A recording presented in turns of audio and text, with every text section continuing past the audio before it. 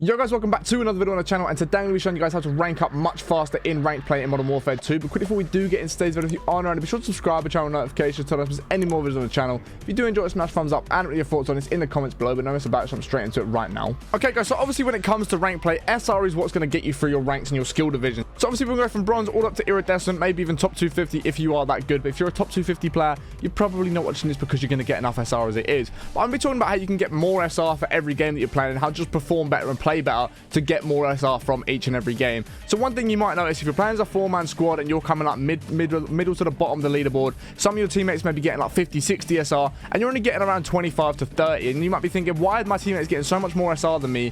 And it's just they're ranking up way faster. Some of them might have hit crimson, so you didn't have to get to diamond to keep up playing with them, and it might just really throw you off. So basically the thing with SR is what I've noticed after playing some solo queue games, some duo games, trio games, and even quad games. So I've tried out every sort of different strategy of if I'm playing on my own or if I'm playing with a full 4-man, what's going to get me better SR, what's going to help me rank up faster. And the things that I've noticed is if you are playing solo queue, you seem to get a lot more SR because you're playing a lot more people around your sort of skill. You're going to be able to play a lot better than if you're playing with some people that might be a bit better than you. So say, for example, you got a 4-man, 2 of those players are way better than you and one sort of around your skill level, even a little bit lower maybe. You're going to be playing against players that sort of match everyone's skill level. So it might become a little bit more harder for you to drop high kill games, go and get a lot of objective time and just play really, really well. However, if you play on your own and you solo queue, you're going to get players around your sort of skill, maybe even a little bit lower because you've been struggling whilst playing with your teammates and just getting those harder players. You've been struggling a bit more, they might even be a little bit worse than you, which is going to allow you to actually go ahead, play a really good game. You're going to get good objective time, you're going to top frag most of the time in your team, your KD is going to be pretty good, and this is going to give you a better SR. So you'll notice probably when you're playing by yourself, if you're winning games, you're going to get a better SR than when you're playing with a 4-man. But the thing you need to bear in mind with this, if you are playing with a full 4-man, you're probably going to win more games, and you're probably going to win more games in a row. Whereas if you're playing a solo queue and you're getting random teammates, there's a good chance you might win 3 games, but then lose 3 games back to back. So it's going to actually lower your SR a little bit. But to get the most SR out of a game, I found that solo queuing or duo queuing were the best options for the best SR, because like I said, you're playing people around your skill level, not everyone's skill level within your 4-man. It's going to allow you to play a lot better, get those higher KDs, get those more kills, get better objective time, and overall just fry the lobbies. So like I said, do take this with a pinch of salt that solo and duo games are going to get you better SR, because there's a higher possibility that you do lose games in a row because you're not a 4-man. There's going to be a lot of times where you don't have comms with a lot of people. But one thing I'd say to make this a lot easier is if you are playing solo queue or duo queue, make sure you're playing with a mic. Even if your teammates don't have mics, still play on the mic, still give call-outs, because your teammates are still going to hear you. They might not just talk back. So if you call out a certain call-out that you might not have done, it's going to give your opponent the opportunity to turn around and actually get that kill. And even if my teammates don't have mics, I'm always in game chat giving comms, just because it does make them play better. It makes them more aware of what is going on, and it actually makes it way easier to win the game. So if you are solo queuing or duo queuing in an attempt to get that better SR and those easier lobbies, then I recommend you definitely do still use a mic. Even if your teammates aren't talking, make sure you are giving comms.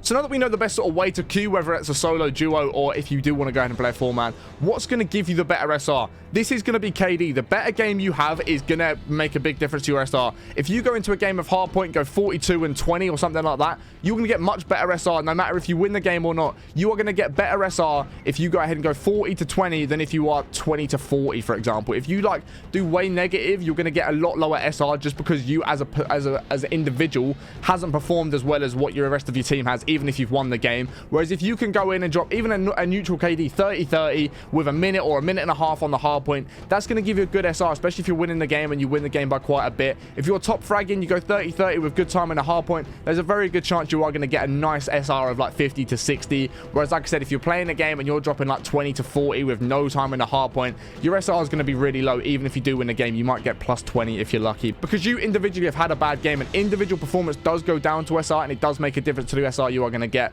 which is why you may have noticed if you're playing with 4-mans, those that are top of the leaderboard and they're dropping those high kill games, they've got good KD, good objective time, all that sort of stuff, or good captures in control or something like that, you might notice them getting way better SR than what you're getting, because you're not quite going positive, you're going negative, you've not got the best objective time or the best objective stats. It's going to make a big difference. Individual performance does still come into it. Yes, majority of it is if you win the game and the sort of players you are playing against, but your individual performance does also play a part to this. So make sure you're just playing well.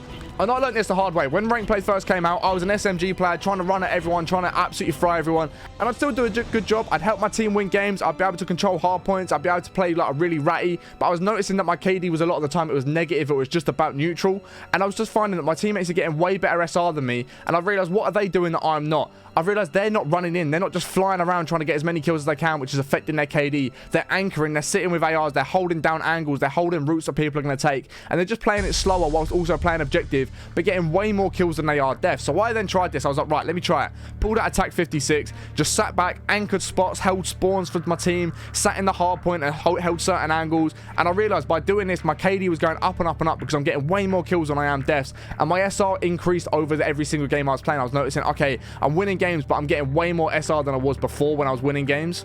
So you definitely need to start slowing yourself down. So obviously still make sure you're playing objective, doing everything you can to win your team the game, because if you don't win the game, you're not getting any SR anyway, no matter how well you play. You could go 40-0. If you lose a game, you're not getting SR. So you don't need to worry about kills too much. Don't worry about your KD crazy amounts, but make sure you are playing objective time, but you're also slowing yourself down. Hold those angles, get the anchor spots, play for spawns, and this in itself is just going to slow your gameplay down. You're going to get more kills than you are deaths. You're just going to learn angles to hold. You're going to learn the best rotations to take, and overall your SR is really going to improve. But if you end up watching this video and you go, Harry, I've been solo queuing for like the last 4 games. I've been bottom of the leaderboard still. These guys are just too good.